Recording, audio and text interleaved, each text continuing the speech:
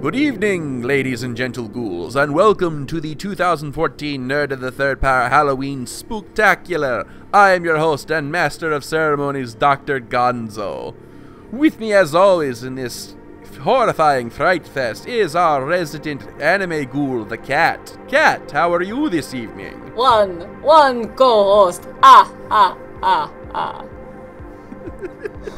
You know, I knew as soon as I started doing that someone was going to make a count the count joke.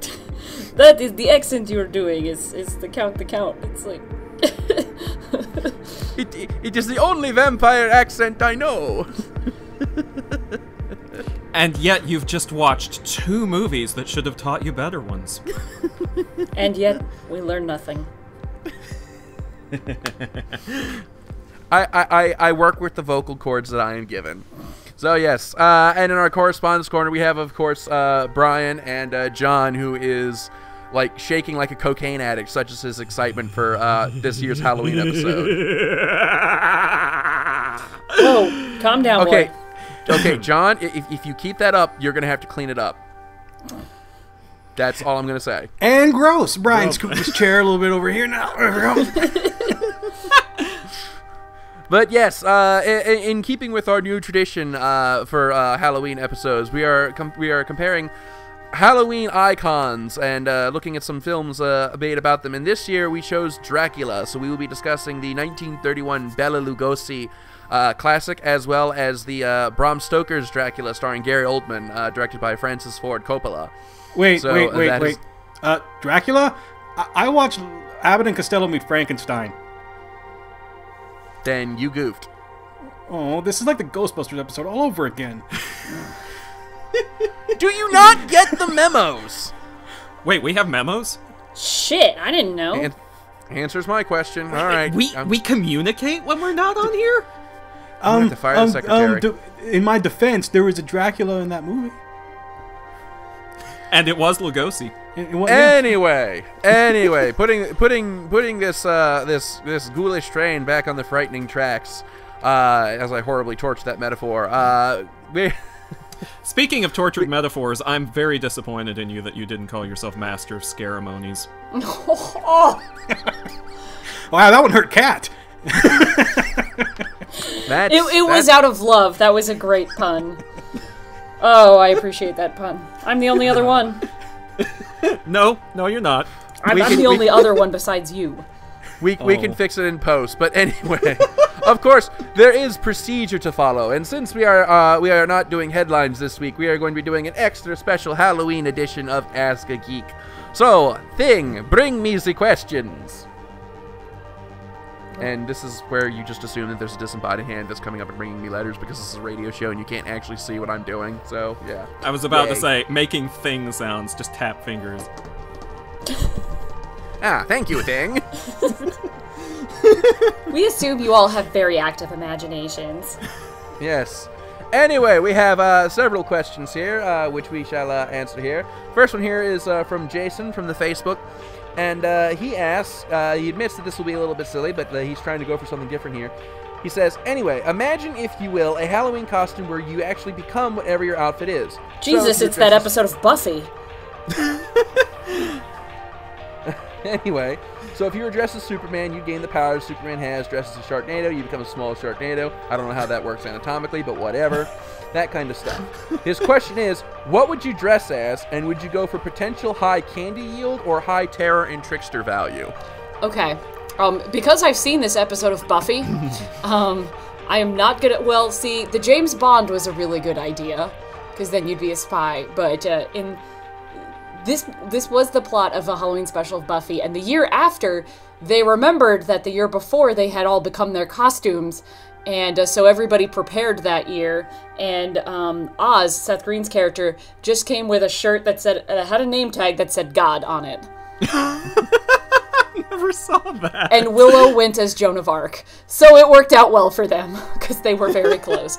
So I would go in a flannel shirt with a name tag that says God. Okay. Brian, what about you? No, I'm confused. Is that going to give you more candy yield? Or it definitely gives you a lot of trickery yield, that's for sure. I haven't decided if I'm a benevolent god or not. Chances aren't good. I have no idea. This is actually a pretty hard question because someone already chose God. I mean, how am I supposed to follow? I'm so sorry. I should have gone last.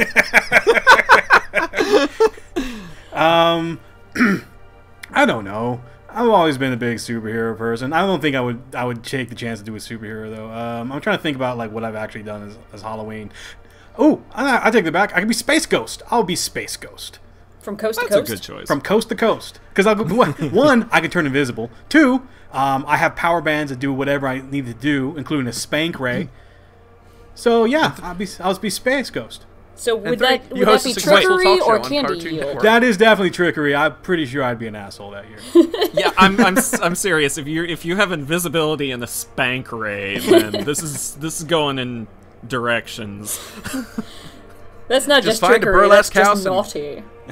Just find a burlesque house and go nuts. Literally. Next.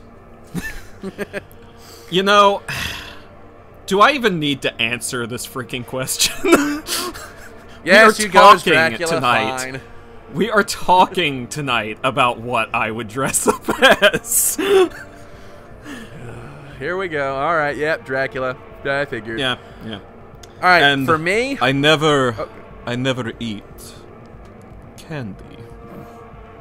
So, Okay. so trickery. All right.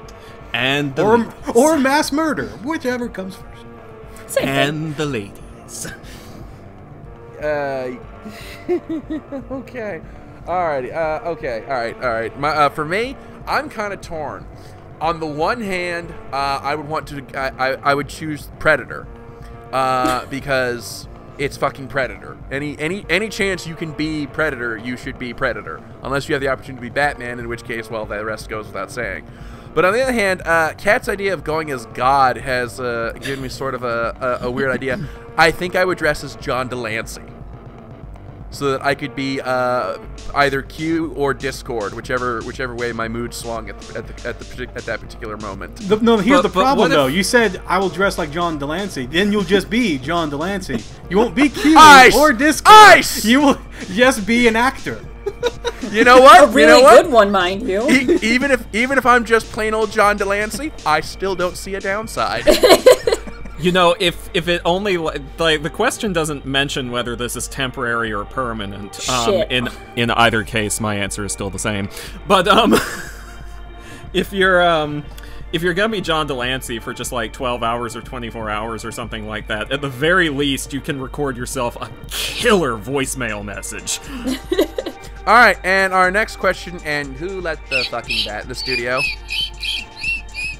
Somebody I get didn't that even realize we out had of a the window. room. All right, somebody get my gun. I've got a broom. That's about all I've got. Crap. That thing's fast. Well, get it out of here. We got a show to do. It's almost vampirically fast. Hey guys, All right. What Oh, the hey, wow. fuck? Oh, shit. Whoa! It's Skyblaze. Who would have thought? Wait, Hey, I can turn into a bat now. Bats are cool. what? What just happened? a very poorly scripted bit. That's what just happened. I'm Wait, sorry. scripted? We're acting, children. Anyway, yes. Okay, so Skyblaze, we'll before we move on to the next question, we'll put the first one to you. To summarize, Halloween costumes, you become what you're dressed as. What do you dress as, and do you go for high candy yield or for trickery? Well, my latest cosplay costume is hexadecimal from Reboot. That would be pretty cool because phenomenal cosmic power. Not as phenomenal as mine. But those powers would only work in the computer domain. I can live with that. Means I am Yep. never offline. And what do you think we're using right now for this? I rest my case, Your Honor. Also, yeah, candy always. Oh, okay. All right. Next question here. This one here is for John from Bima, a frequent offender, and he asked, if you were to script out a House of crossover film, who or what would you include in it? One character that I've always really wanted to see in one of those Universal mashup crossovers that never showed up in them was the Phantom of the Opera. because he kind of started the Universal Horror thing. He was the first of their Universal Horror characters, and I know he's completely human other than being horribly deformed, but he's also like an ingenious homicidal maniac, and the Joker's already proven that ingenious homicidal maniacs can get by without superpowers, so you know, I'd like to see him in there. Obviously, Dracula, Frankenstein have to be in there. The Wolfman, too, because he's just such a great character. I just kind of like to see them toss in a few other characters that just didn't show up, like Imhotep the Mummy would be nice. Creature from the Black Lagoon could be cool. I just realized I'm getting really close to describing Monster Squad, you guys. A little bit. I was wondering if you were going to catch that at any time. But in my version, Dracula doesn't call anyone a bitch. He calls everyone a bitch. Okay, yes, he calls everyone a bitch. I was in a theater that actually showed Monster Squad, and I was there with my friends who had not seen it before. And when that scene showed up, I was like, ah ha ha, and then all my friends were like, what? Because because it's to a little girl, so like everyone was like really shocked, but me because I've already seen it. Next question here comes from Elizabeth, and she asks, well, I guess any of us who watches The Simpsons, what is your favorite Treehouse of Horror short? And I'm going to start this one off by saying the one where Homer goes into 3D land is my absolute favorite. Oh, the bit where he's like, I feel like I'm expending a whole bunch of money just standing here. No, actually, my favorite line is the one before he actually gets sucked into the vortex, and he goes, this is like that thing from that Twilighty show about that zone. No, my joke was like, do you guys know Tron? And everyone's like, no, yes. I mean, no. Brian, what about you? What's your favorite Treehouse of Horror short? I think it might have to be the Edgar Allan Poe one, because that was just kind of cool to see the poem animated in sort of the Simpsons style. Because it was more straightforward than I think some of the later ones turned out to be. And it's just kind of cool. And I think, didn't they get James Earl Jones to do the narration of that one? I know it was they like did. Yeah, so I was like, oh, this is just cool to listen to and watch.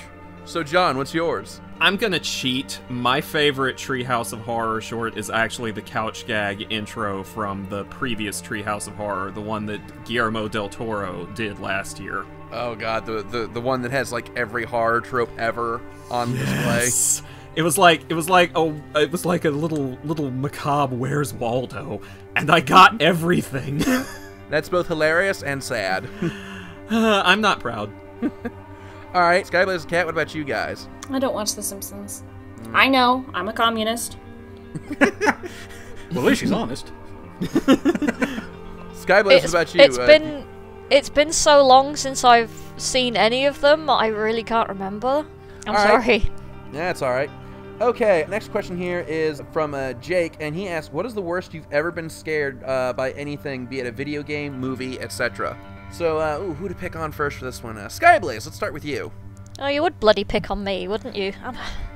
Well, that's sort of my job description. Produce show, direct show, make fun of Skyblaze. Thanks. Pay for it again. My revenge will be swift and terrible. I'm trying to think now, because I'm not that easy to scare. It's more a kind of being creeped out thing.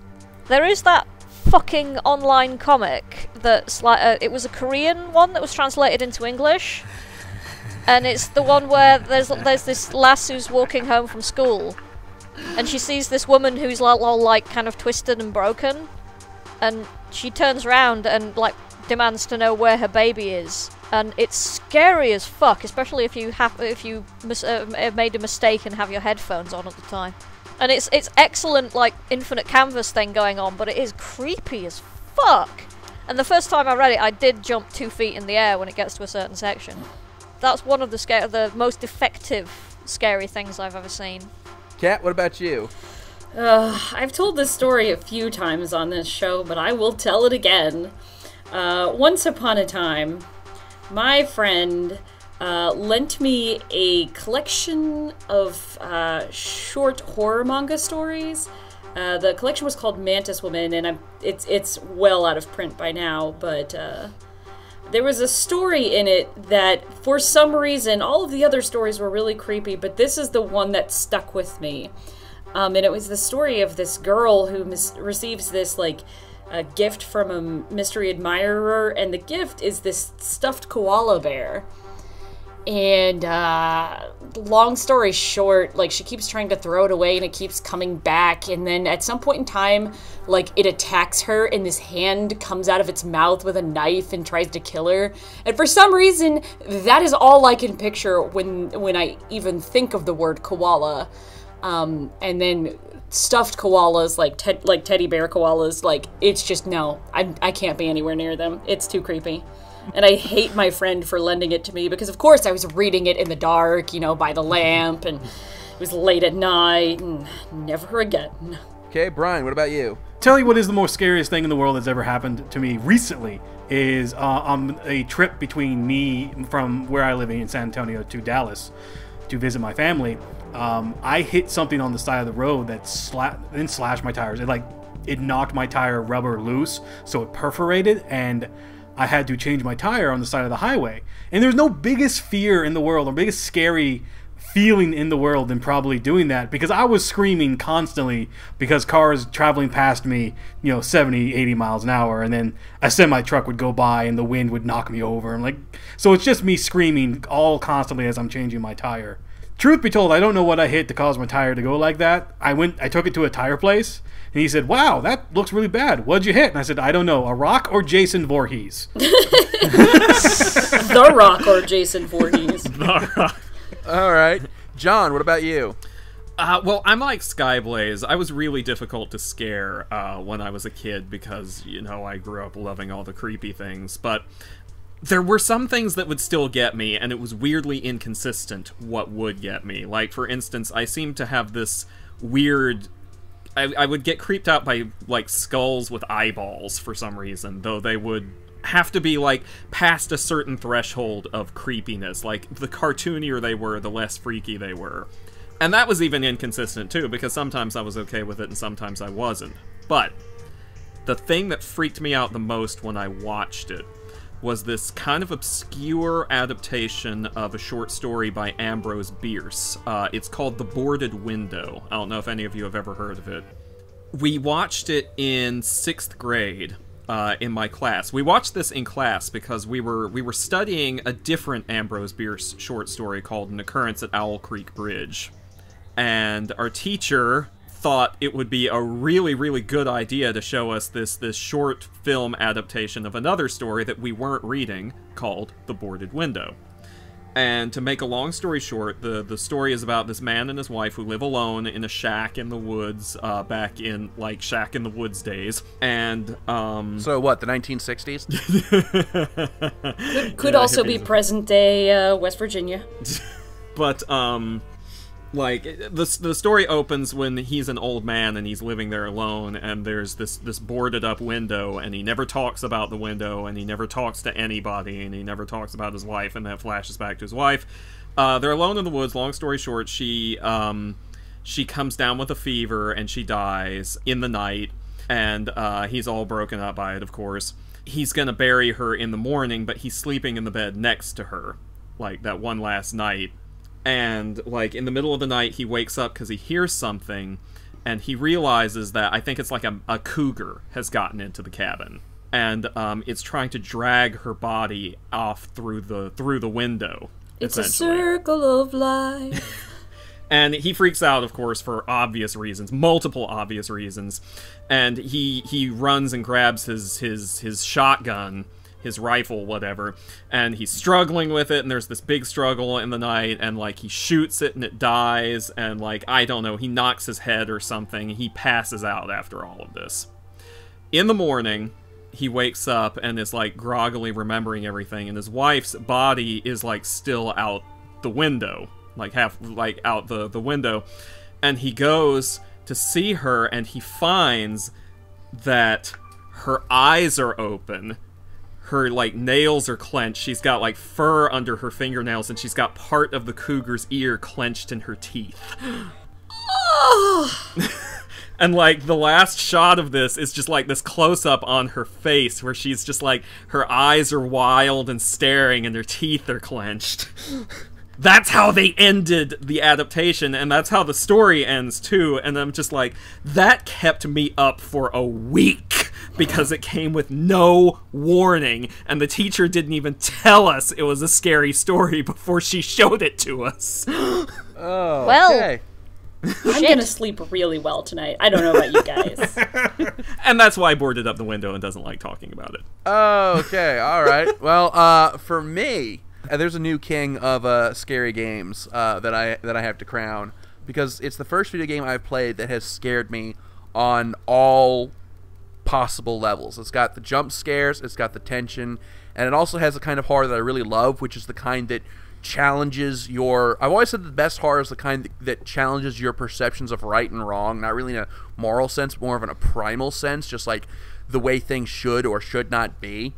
And this game is the first one that actually frightens me on that level, and that's Five Nights at Freddy's. Just have to talk about this. I love this game. Like, this game is just so... It's like I'm not one for jump scares. I like more sort of the tension scares, but just the imagery associated with this game and how it's used, it's how it utilizes, like, you know, the art design is just so effective and terrifying and creepy. It's one of the most original horror. It's actually not one of. It's the most original horror title I have ever played, and it's one of the most effective. Because of how simple it is and how well it uses its lore and its imagery. Like, I can't even...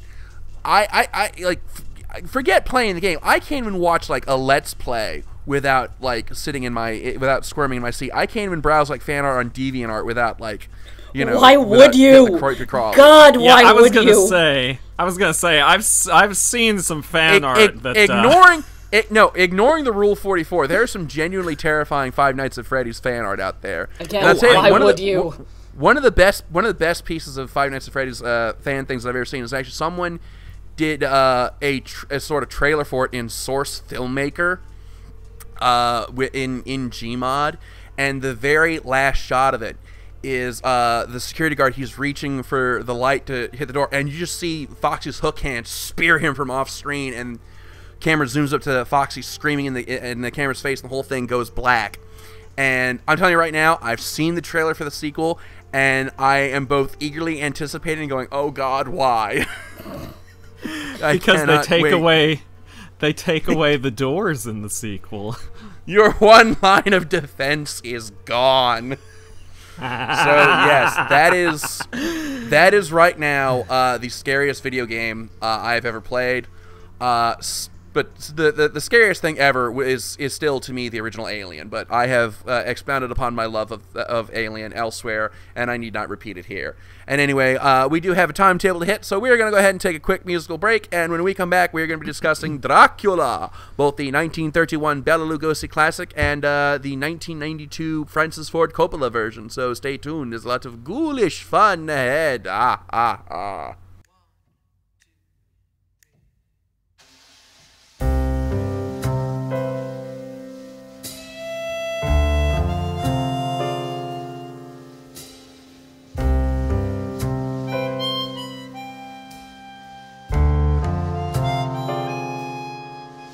Jeder trägt eine Stadt in sich, bin befangen von ihr. Fassaden baue ich auf, erhofft mir so einen anderen Lauf. Warum bin ich hier? Es liegt doch so viel mehr vor mir. Kann es sein, dass sie mich einholt?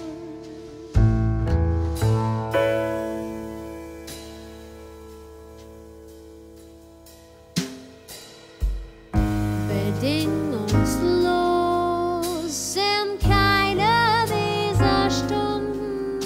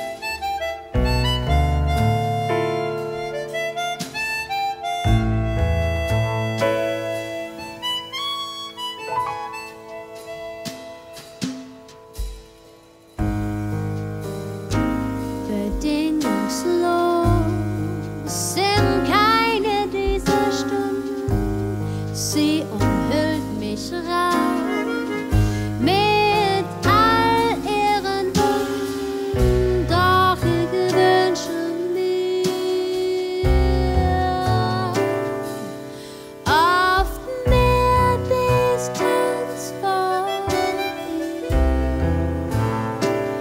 bleiben nicht für ewig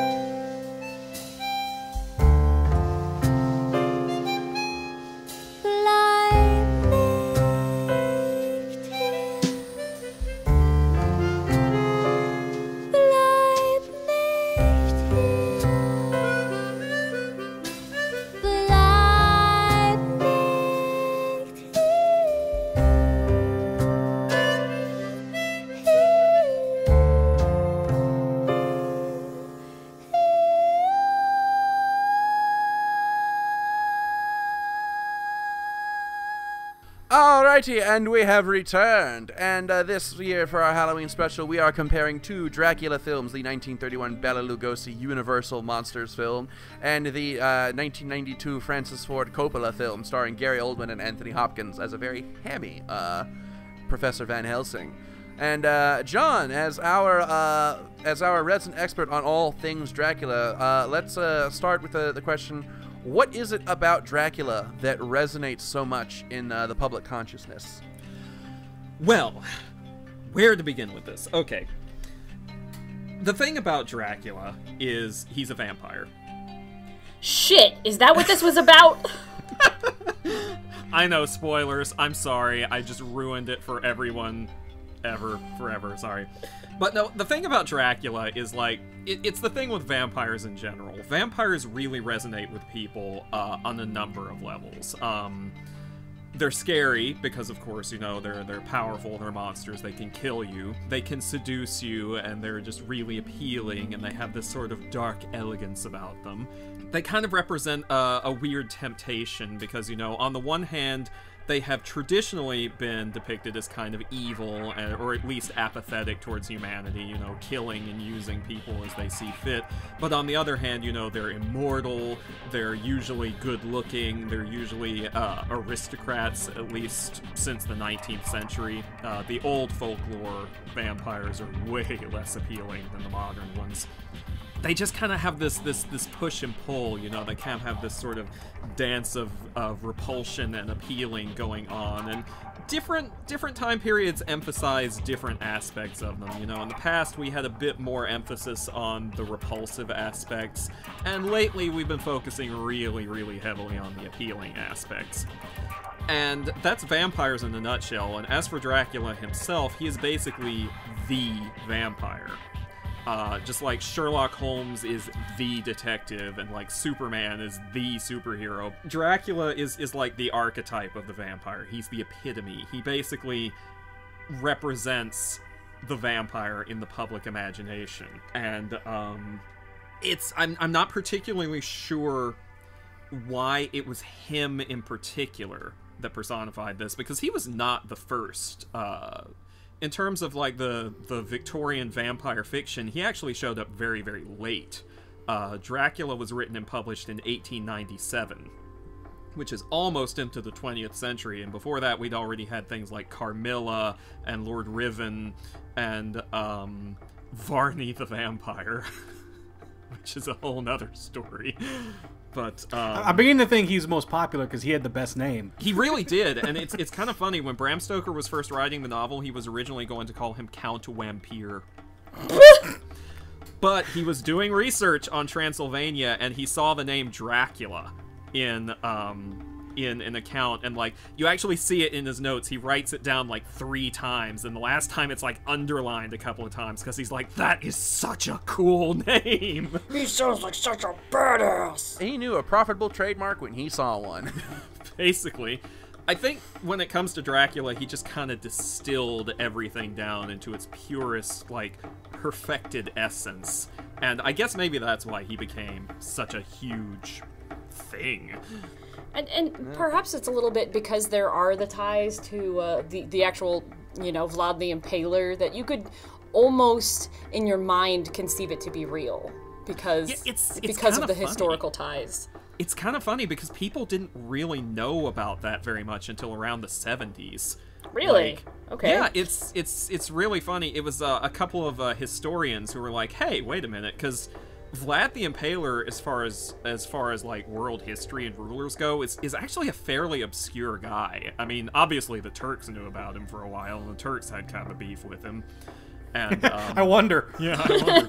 Could it And be? after his death, the Romanians made him into a national hero. Nobody really thought of him as much of a hero while he was alive, but and he was actually the subject of like a bunch of pamphlets circulating around Europe. But as far as connecting him with Count Dracula, nobody really did that until around the 70s. And it's actually it's been hotly debated by a lot of people over the years how much Bram Stoker actually knew about the historical Dracula. I kind of tend to err on the side of he didn't know very much, because if he had known more, there's this big speech that he gives in both the movie and Bram Stoker's Dracula and in the book, where if he's supposed to be Vlad the Impaler, he gets his own genealogy wrong. So let's talk a bit about the film here, starting with the Bela Lugosi film, which is probably, I'd say, if it doesn't surpass Boris Karloff's Frankenstein in fame and notoriety and the cultural consciousness, it at least gives it a very decent run for its money. Because when anybody thinks Dracula or even just vampire, they're usually picturing Lugosi. So let's talk a bit about this film, which this is the first time I've ever seen it, although I'm sure John watches it nightly before he goes to sleep, so that, you know, because he just can't like can't a sleep story. at night. Yeah. So, but I think this is the first time that many of us have seen this film. So let's start with general thoughts. What did you guys think of this version of the film? It's old. Sorry. Yes. That's it is stating very old. the really obvious. It's an old movie. It is, in it's up fact, there. one of the earliest talking movies. Yeah, so there's a lot of limitations just due to film hadn't advanced very much. So you kind of feel like there's so much more they could do if they could do it at the time, but they couldn't. I will say this, because this is one of, I think, the few times I watched it straight through. I think it's a wonderful piece of work with a lot of unintentional comedy. Because this is the first time I really paid attention, and I remember watching it at the very beginning, like he's coming up out of his coffin, and all these like critters are running around, like possums and armadillos for some reason. There was a close up of a bee that looked like it was coming out of a bee coffin, and I remember just sitting there going, "No, A bee coffin. no." That wasn't. I rewind, watch it again. It's like, no, that is obviously a bee coffin. Yeah, it's, nobody, even when the movie was being made, understood the armadillos. The director, Todd Browning, insisted on armadillos. There's a whole story about those armadillos. The first shipment showed up dead. Nobody could talk him out of the damn armadillos. He was just hell-bent on armadillos, so they're just like, okay, fine, whatever. Yeah, for only being there for like 3 or 4 seconds, and those 3 or 4 seconds made me go, "Are there armadillos in Transylvania?" Hey, I got a friend who works in film, and he says that the adage is true. The shorter the scene, the shorter the scene that you need an animal for, the harder it will be to actually film it. Yeah, So- it's, So I would not be surprised if the Tale of the Armadillo is a multi-volume epic. But moving past the armadillo, I don't know that we can. But let us endeavor. I can say I can see sort of why Lugosi's performance is so cemented in the public consciousness, because it's just I think it was one of those things where just the lightning just struck and everything came together in just the perfect way. You can't really explain why it works, it just does, because it's just, I don't know, maybe it's just because it's so, the image of Lugosi as Dracula is so burned into me, but I'm looking at this and I'm just like, I can see why this fits. I see why it is what it is. yeah, it's also worth noting he's the only man in the entire history of playing that role who has not faked the accent. Yes, because he's actually a Transylvanian native. And Hungary, I'm told, but close enough. and I'm told that when he actually had to learn his lines, he had to learn phonetically. Well, that's partially true. That's like I was going to say that's a bit of an exaggeration. that's a partial truth. Basically, when he first started acting on stage in America, he did have to learn his lines phonetically because he didn't speak English. But by the time they filmed Dracula, he already knew English. Well, it added sort of dimension that I hadn't considered, because if you think about that, then it sort of makes sense with Dracula's character that because he's an otherworldly creature, he might not actually be used to speaking at all when he's speaking to Renfield. He has to kind of, learn to ride the bike again, because he's got all them psychic powers and he just mind controls people. Why bother speaking if you can? Because there's a scene with Dracula's wives where he doesn't even speak to them. He just looks at them and waves at them and they disappear. Yeah, I was actually literally just about to bring that up. I always enjoyed that because, and it's worth noting, as I mentioned before, this is a very early talking movie. This was just like right on the tail end of the end of the silent era.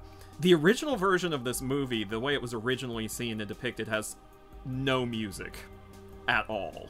No, it has the opening music, and then which is actually the opening music, and then there's this. That's it though, because I had the OG version, so.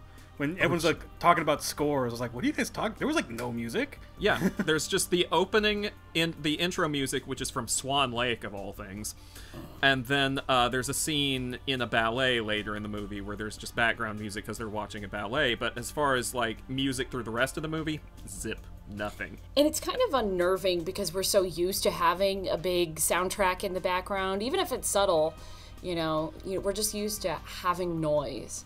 And it's kind of weird now to go back and watch something that doesn't have a lot of noise in the back. Absolutely. I've always thought that the original version with no soundtrack actually adds to the creepiness of everything. Well, I'm glad I'm not the only one, because I was watching the version on YouTube with the Philip Glass score, and the whole time I was like, man, this music is intrusive as fuck.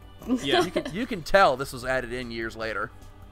Yeah, and not to throw any mud in the direction of Philip Glass, he's an excellent composer, but it really doesn't work as well as the original with no music. But Lugosi just kind of fit into this part. Like, I don't know, it's exactly what you said. He's the only person that just, I feel like, completely disappears into that role. And it could be because of years and years and years of being exposed to the imagery that he brought to the table. I mean, he didn't invent every single thing about that particular Dracula, because the movie is a sort of adaptation of the stage play, the American version of the stage play, which was a reworking of the British version of the stage play. And some of the tropes that we associate with Dracula were invented for that one, such as the cape with the stand-up collar, for instance, is specifically worn because there's a scene in the stage play where he's supposed to disappear when Jonathan Harker and Van Helsing try to grab him, and his back is turned to the audience, his head is blocked away by the collar, and they grab him, and the actor slips through a trap door, and they're left holding an empty cape. That's the entire reason the collar is part of that outfit. And of course, they didn't do that scene in the movie, so they were able to kind of tone down the extremeness of that collar a little bit. But even though he didn't originate every single bit of that imagery, it just kind of stuck with him more than it has anyone else, and it actually ruined his career. And typecasting will do that. Yeah. I enjoyed his portrayal of Dracula as sort of the consummate gentleman. I really got the sense that, like, he was really making shouldn't say making effort because he did it so easily, but he really kind of just blended into the British aristocracy, and I really loved the sort of distinguished air that Dracula brought, because so many of the modern adaptations that I've seen, including the one that we're going to be discussing in a few minutes, sort of I think like reduced Dracula to this sort of snarling hell beast. And I was like, it's nice to see sort of a bit of class, because I've always thought that Dracula sort of represented sort of like, along with the whole sex aspect, sort of the dangers, the evils of the aristocracy, and it was nice to see that imagery sort of brought to the fore with Lugosi's Dracula. Yeah, a lot of also thing with the Dracula, especially with this one, is that while he is considered quote-unquote a monster, you could never guess. Like, could you ever, like, if you didn't know, like, anything about him and he just shows up dressed all fancy and whatnot and talking all nice, never guessed there was any sort of danger whatsoever. And that's scary. At least not once he's in England. Like, in those early bits in the castle with Renfield, he's totally acting super creepy. Oh yeah, and obviously. I love all those reaction shots of Renfield where he's just kind of looking around like, what is wrong with this guy? But yeah, by the time he gets to England and he's just like hobnobbing with the aristocracy in their drawing rooms and everything like that, he comes across as perfectly charming and polite. And if he's a little weird, it's just because, you know, he's a foreigner. The guy that got to play Renfield in this movie, he's got some creepy ass facial expressions. Dwight Fry. He was Jim. I'm convinced he was Jim Carrey before there was a Jim Carrey. Just the way he was able to twist his face. I always wanted to see him play the Joker. Yeah. But he also suffered from typecasting because of this movie. But yeah, he is probably the most famous of all the Renfields there has ever been. And he was very specifically parodied in Dracula Dead and Loving It by a guy who did him spot on. Best thing about that movie. But yeah, Renfield. What can you say about Renfield? He's fantastic.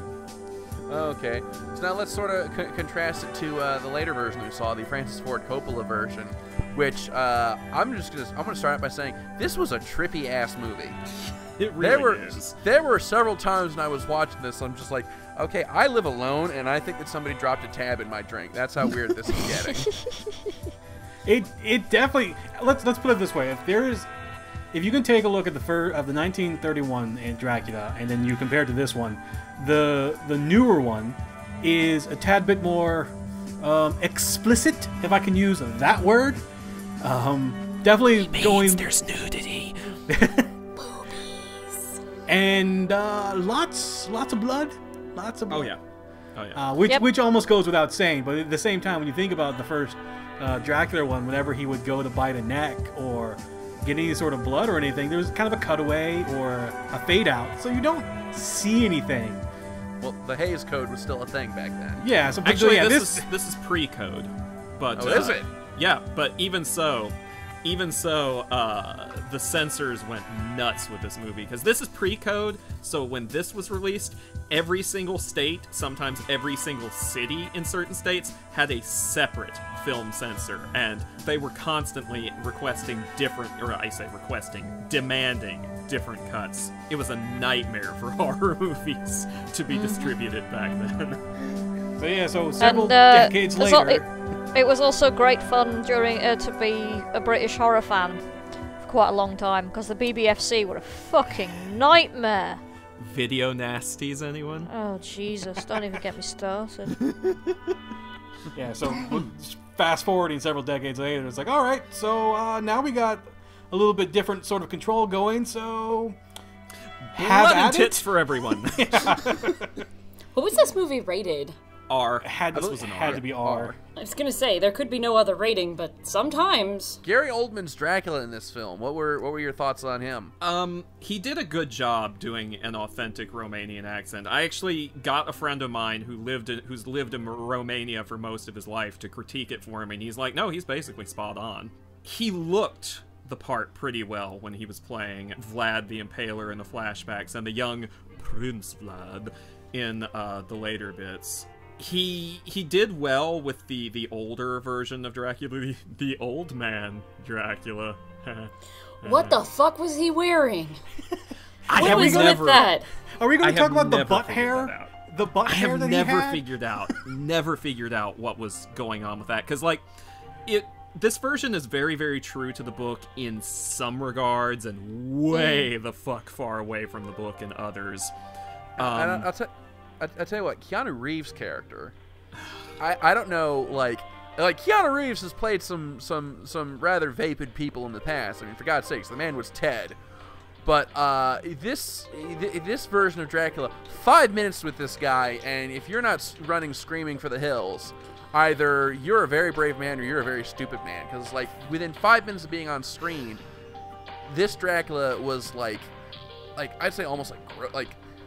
Dude just randomly pulls a sword on you in the middle of dinner just for chuckling at a private joke. That's the point where it's like, okay, this guy's a few fries short of a Happy Meal at the very least. 5 minutes? Out. Yeah, 5 minutes? How about the time when his coach shows up, an arm comes out, sort of extends itself, looks like a creature's arm, picks him up, and then puts him in the coach. I would have gone through the other side of the coach going, nope, I'm out, nope.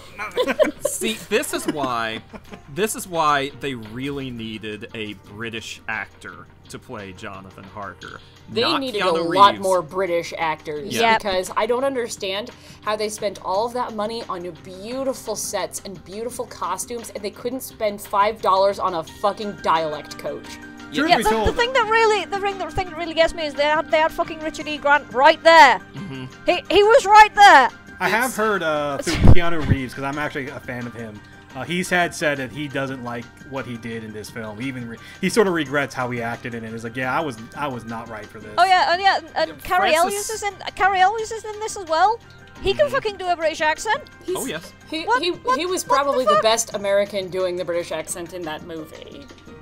It's essentially Francis Ford Coppola literally cast Keanu Reeves in that part because he wanted to capitalize on Keanu Reeves' name. He has said so explicitly in later interviews, and he has also said explicitly that he really regrets doing it because he knows by now this was bad miscasting.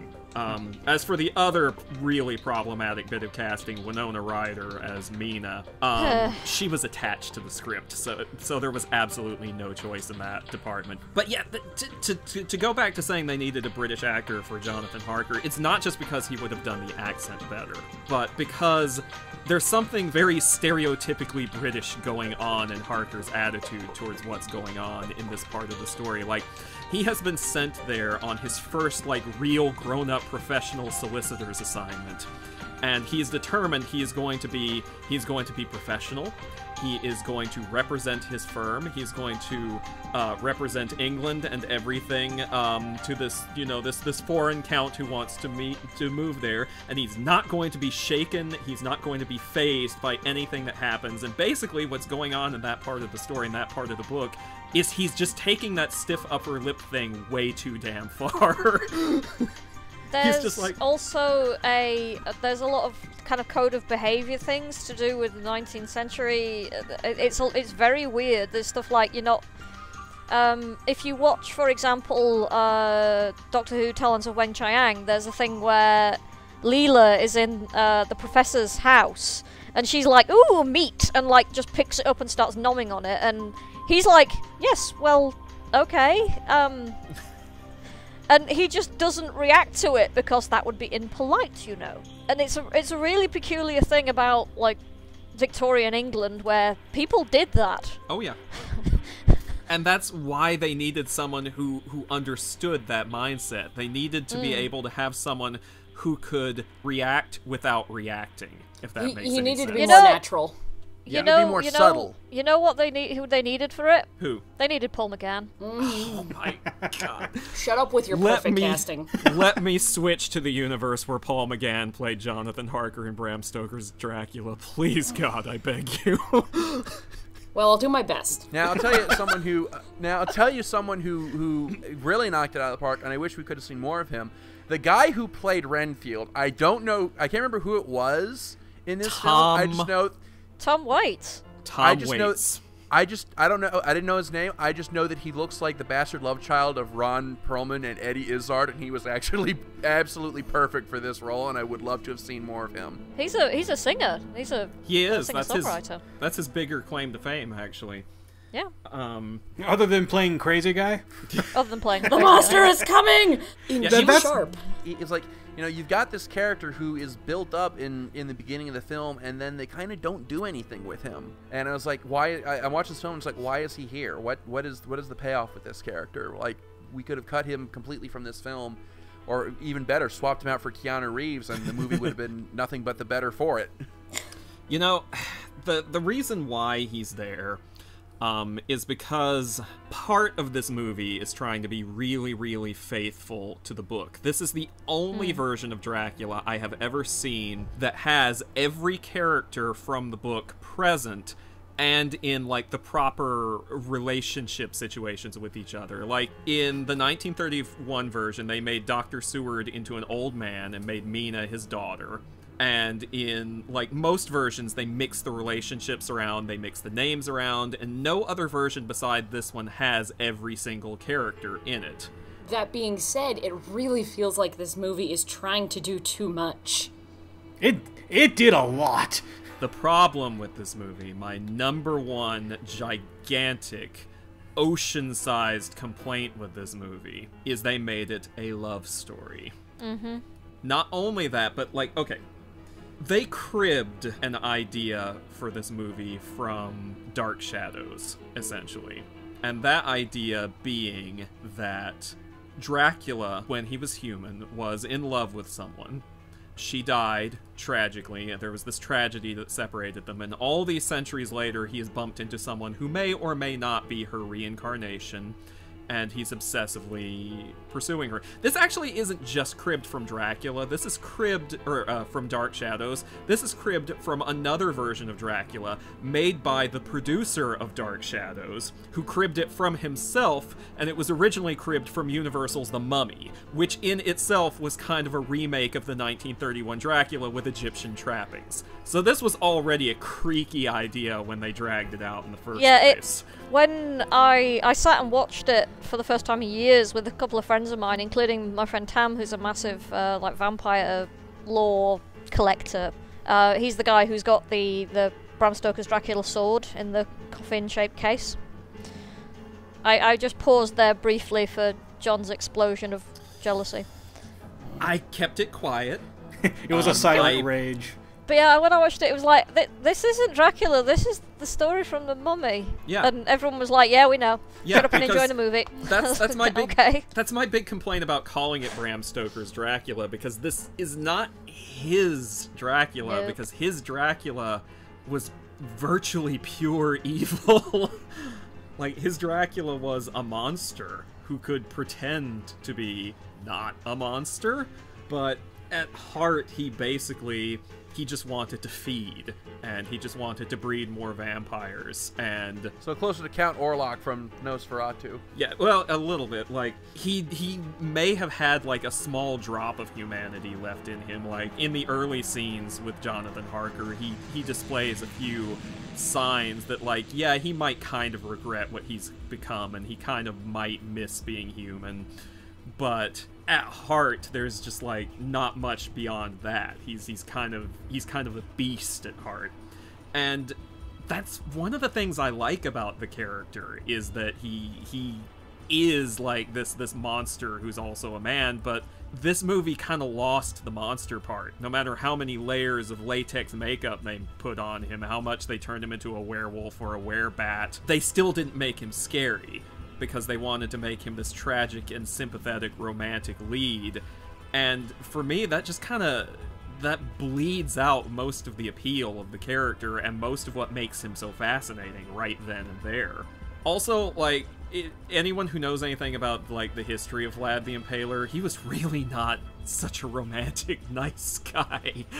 I mean, the story of his wife flinging herself to her death is actually true. But the true version of the story is not some tragic romance where she was his great love and he was her great love and she was tricked into it.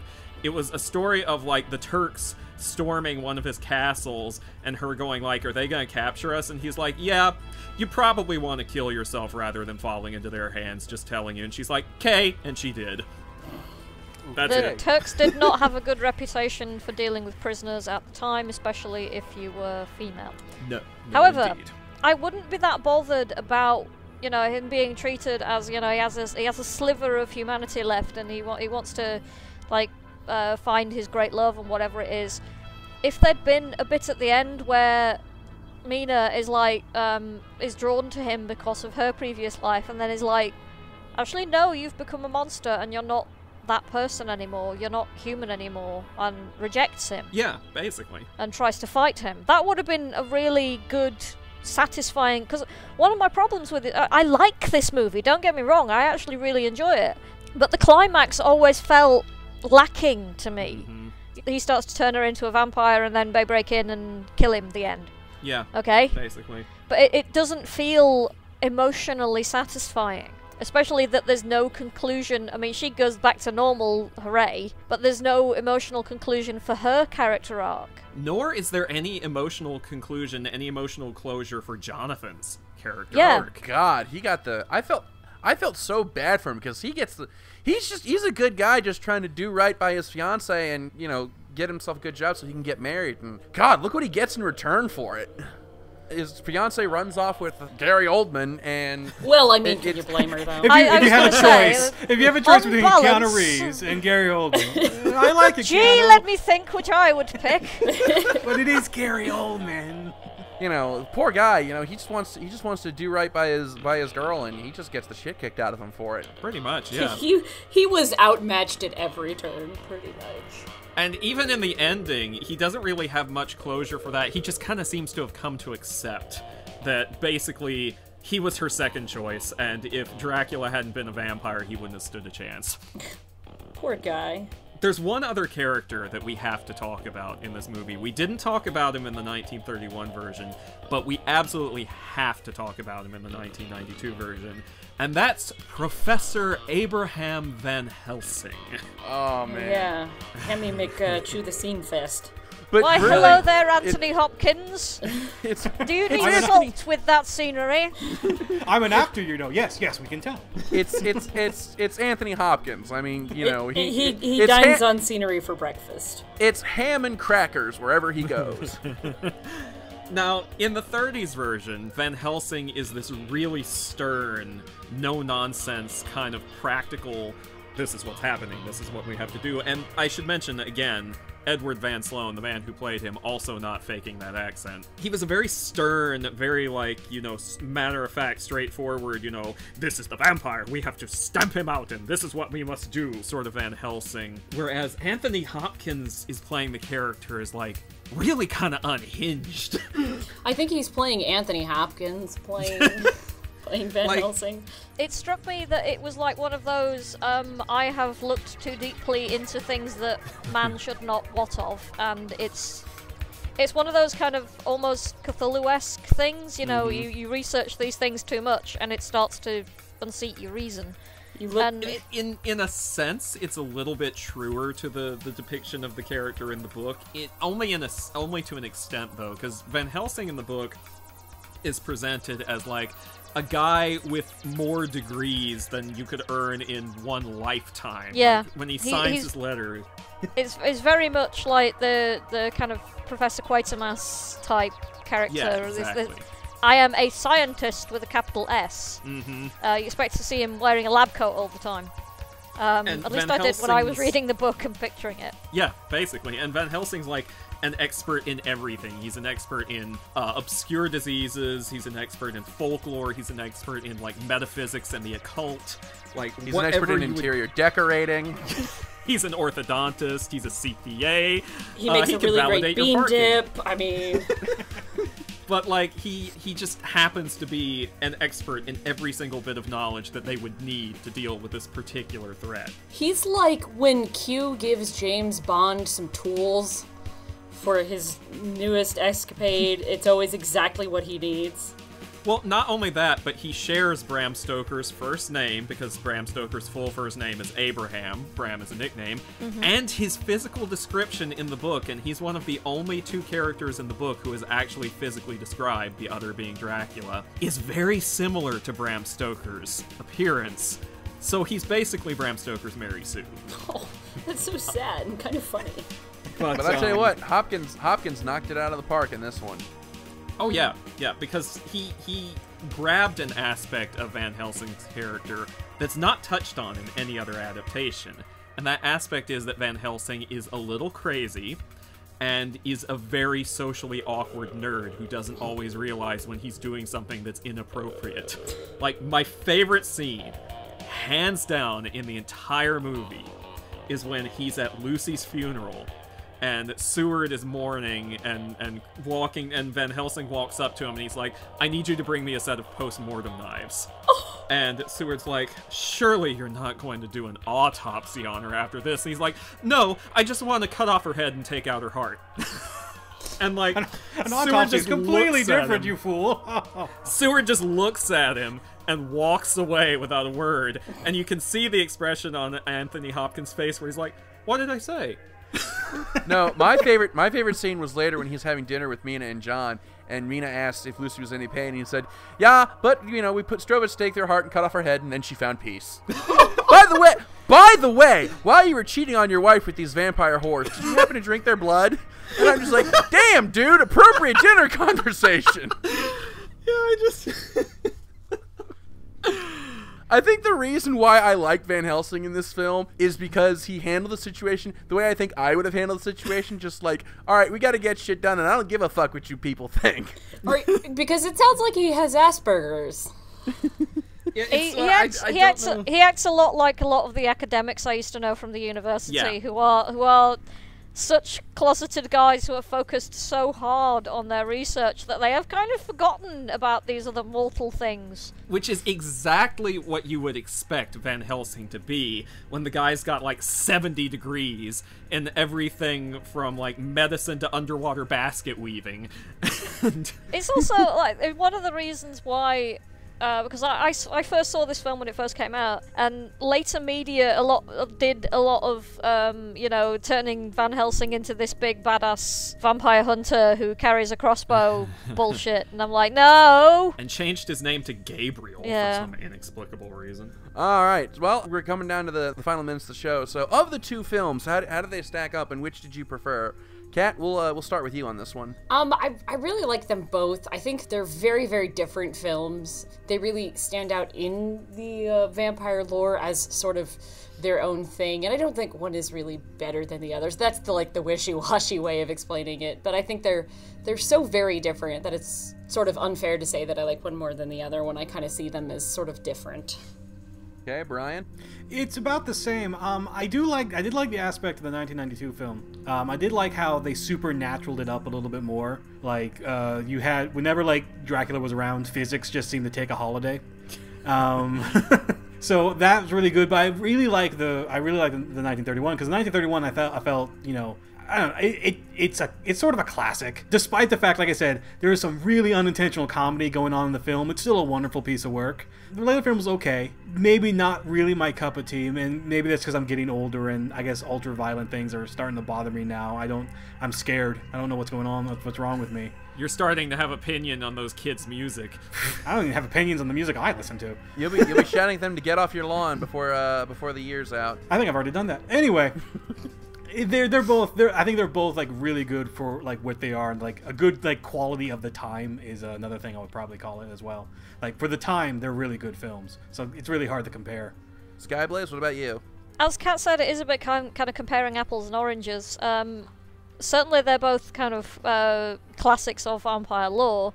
If I was going to start introducing someone to Dracula films, though, I'd probably go with Bram Stoker's Dracula, because watching old films like the Bela Lugosi one is something you kind of have to get used to, because they are made so differently, and the pacing and the techniques that are used are so different. I mean, it's beautifully done, and Bela Lugosi is superb, but the pacing is very odd in places, and as Brian said, there are some moments where you're just like, what? Was that, like, metaphorical symbolism? I don't even know, because things that were kind of in common use at the time as kind of visual shortcuts no longer make any sense. For me, I would have to say that if you put a gun to my head and told me to pick one of the films, I think I'd actually pick the Lugosi film over the Gary Oldman film, just because, like I said, it's one of those things where just the lightning struck in all the right places, and I really thoroughly enjoyed it. The Gary Oldman film I thought was just, like I said, I'm watching there and I'm looking down my drink and I'm wondering who dropped a tab in it, because like it's just very trippy, and I had a hard time following it at points. It's the bit where he drinks the blood from the cross, and I can only assume that it's symbolic, but you stabbed a cross and it bled, and then you drink what? Who made that? John, what about you? Oh gosh, my default loyalty is to the Lugosi version, because it was the first version of Dracula I ever saw. It may have been the first, like, outright real straight-up horror movie I ever saw. My dad was huge into the old classics, and this was one of the ones he started me on. It's at least the first one I remember.